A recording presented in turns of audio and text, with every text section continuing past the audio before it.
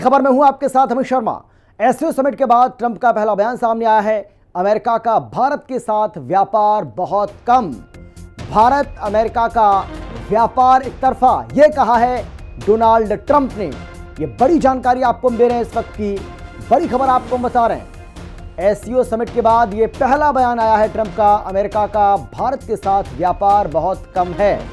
Bharat America का व्यापार एक तरफा है, यह बात भी उन्होंने कही है। तो ये बड़ी जानकारी आपको हम दे रहे हैं और इससे इस बात का अंदाजा आप लगा सकते हैं कि किस तरीके से ट्रंप को भारत, चीन और रूस की ये दोस्ती अब भा नहीं रही है। उन्हें इस बात से चिढ़ हो रही है। उनके इस टैरिफ वॉर का जिस तरीके से भारत ने जवाब दिया है, उसकी काट निकाली है और अब अमेरिका अलग थलग पड़ता हुआ दुनिया में नजर आ रहा है। एससीओ समिट के बाद ये पहला बयान, पहला स्टेटमेंट अमेरिकी राष्ट्रपति डोनाल्ड ट्रंप का, जिसमें उन्होंने कहा कि भारत और अमेरिका के बीच व्यापार बहुत कम है और इसके साथ ही उन्होंने इस व्यापार को एक तरफा भी करार दिया है। तो ये बड़ी जानकारी आपको हम दे रहे हैं।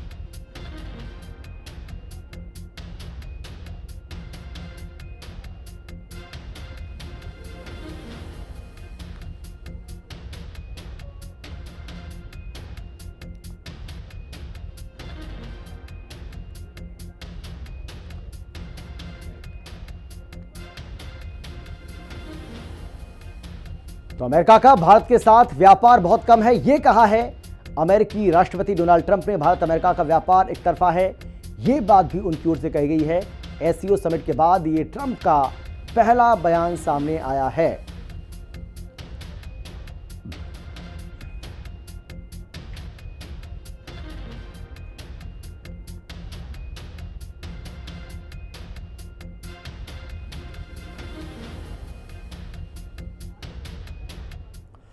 तो एससीओ में भारत की बड़ी जीत, पहलगाम हमले का जिक्र हुआ।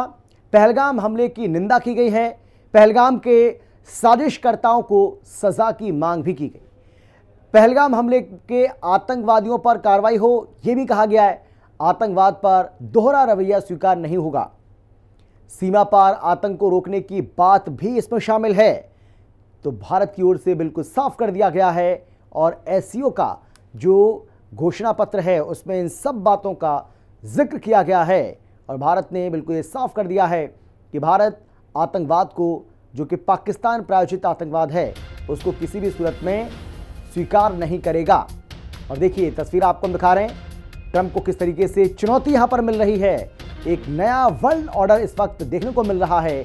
एकता का संदेश भी दुनिया को दिखाई पड़ रहा है और तीन शक्तिशाली देश, जिसमें एक तरफ भारत, बीच में भारत, इधर रूस और इधर चीन, और यही अमेरिका को अब पच नहीं रहा है। यही वजह है कि अमेरिकी राष्ट्रपति डोनाल्ड ट्रंप ने जो एससीओ समिट के बाद पहला बयान दिया है उसमें वो ये कहते नजर आए कि भारत और अमेरिका के बीच व्यापार बहुत कम है। भारत और अमेरिका के बीच व्यापार एक तरफा है, ये बात उन्होंने कही है। अब उनको भी ये बात समझ आ गई है कि उनकी दादागिरी अब दुनिया में नहीं चलने वाली है। अगर भारत से कोई पंगा लेगा तो भारत उसको छोड़ेगा नहीं, और कहा भी जाता है कि भारत को अगर कोई छेड़ेगा तो भारत उसको छोड़ेगा नहीं। और अब यही देखने को मिल रहा है।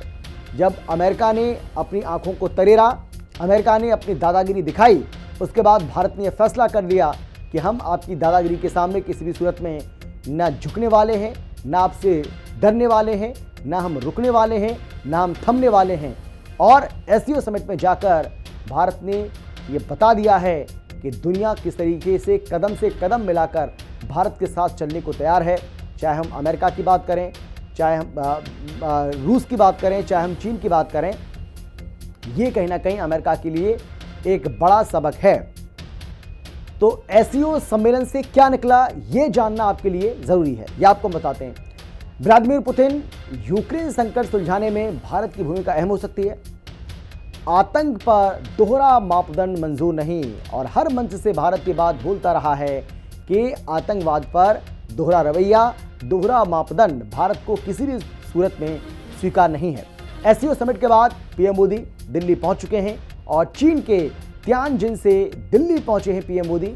ये एक और बड़ी जानकारी आपको हम दे रहे हैं। आपको बता दें कि जापान और चीन की यात्रा के बाद अब स्वदेश लौट आए हैं पीएम मोदी। तो 2 देशों की उन्होंने यात्रा की, जिसमें पहला पड़ाव था उनका जापान और दूसरा पड़ाव था चीन। इन दोनों देशों की यात्रा के बाद अब देश के प्रधानमंत्री नरेंद्र मोदी स्वदेश लौट चुके हैं, नई दिल्ली वो वापस आ चुके हैं। लेकिन ये तस्वीरें आज दुनिया में चर्चा का विषय बनी हुई हैं। इन तस्वीरों को देखकर अंदाज़ा आप लगा सकते हैं कि पीएम मोदी बोल रहे हैं और किस तरीके से दुनिया भर के जो बड़े बड़े राष्ट्राध्यक्ष हैं उनकी बात को सुन रहे हैं। खासतौर पर देखिए व्लादिमीर पुतिन, रूस के राष्ट्रपति, इसके अलावा चीन के राष्ट्रपति शी जिनपिंग, उनको भी आप तस्वीरों में देख रहे हैं। तो एससीओ समिट के बाद पीएम मोदी दिल्ली पहुंच चुके हैं। चीन के तियानजिन से दिल्ली पहुंचे हैं पीएम मोदी। जापान चीन यात्रा के बाद स्वदेश लौट आए हैं। ये बड़ी जानकारी और ये उसी वक्त की तस्वीर आपको हम दिखा रहे हैं जब उनका प्लेन नई दिल्ली उतरा। उसी वक्त की ये तस्वीरें आपके सामने। 2 देशों की सफल यात्रा के बाद प्रधानमंत्री नरेंद्र मोदी अब स्वदेश लौट चुके हैं। दिल्ली उनकी वापसी हो चुकी है। तस्वीरें भी आपको हम दिखा रहे हैं। चीन के तियानजिन से दिल्ली पहुंच चुके हैं पीएम मोदी। जापान और चीन में जिस तरीके से भारत का डंका बजा है, भारत ने एक बड़ी कूटनीतिक जीत खासतौर पर चीन में हासिल की है। उसके बाद मोदी अब वापस लौट चुके हैं। पीएम मोदी का बिना नाम लिए शहबाज शरीफ पर हमला। आतंकवाद पर दोहरा पैमाना नहीं चलेगा। आतंक का समर्थन हमें स्वीकार नहीं। इसके अलावा उन्होंने कहा कि पहलगाम में आतंक का घिनौना रूप देखने को मिला। और ये सारी बातें पीएम मोदी ने पाकिस्तान के प्रधानमंत्री शहबाज शरीफ के सामने कही। ये जितनी भी बातें उन्होंने कही हैं। और सबसे अच्छी बात यह है कि पहलगाम में जो आतंकवादी घटना घटी, पहलगाम में जो आतंकवादी हमला हुआ, दुनिया के तमाम जो देश यहां पर मौजूद थे। तीसरा स्तंभ है ओ, यानी अपॉर्चुनिटी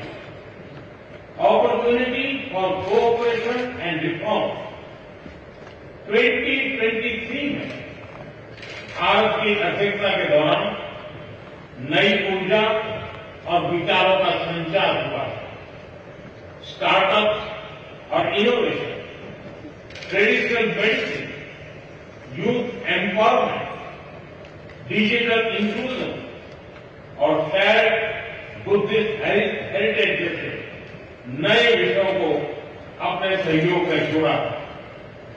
हमारा प्रयास था कि एससीओ को सरकारों के परे भी ले जाए। सामान्य मानवी, यंग साइंटिस्ट, स्कॉलर्स और स्टार्टअप को भी आपस में जोड़े। हमारे पीपल टू पीपल टाइम को दृढ़ता देने के लिए मैं आज एक और सुझाव रखना चाहूंगा। एससीओ के अंतर्गत एक सिविलाइजेशन डायलॉग फोरम बनाया जाए। इससे हम अपनी प्राचीन सभ्यताओं, कला, साहित्य और परंपराओं को वैश्विक मंच पर साझा कर सकते हैं। एक्सेलेंसी, आज भारत रिफॉर्म, परफॉर्म, ट्रांसफॉर्म के मूल मंत्र पर आगे बढ़ रहा है। कोविड हो या वैश्विक आर्थिक अस्थिरता, हमने हर चुनौती को